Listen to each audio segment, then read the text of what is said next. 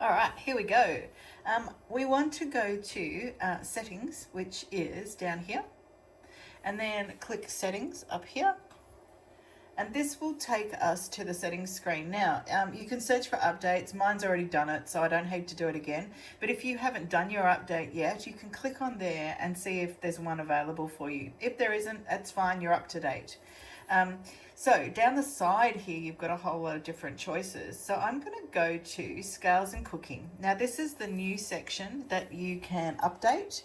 So what I've done is this was auto tick off ingredients. So I love that. So I'm going to tick that on. Auto tick speed. So what I've done is I've moved this little dial from slow, which is where it used to be, and waiting for it to tick off.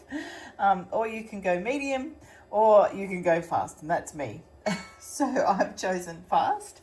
Now down here, it says here, auto tick reaching target weight. So you know that, or you probably noticed that if you have weighed something and it's wanting to be, say, 100 grams, it will not tick off until you get to 100 grams. Now, I actually prefer that, but if you wanted to, you could change it, and this will tick off before it gets there. But because I do a lot of baking and I use things like baking powder, etc., it's a very strong ingredient, so I don't want it ticking off before it needs to, because if I do that, then my goods are gonna be flat. So I prefer to leave that to say just tick it off once it gets there.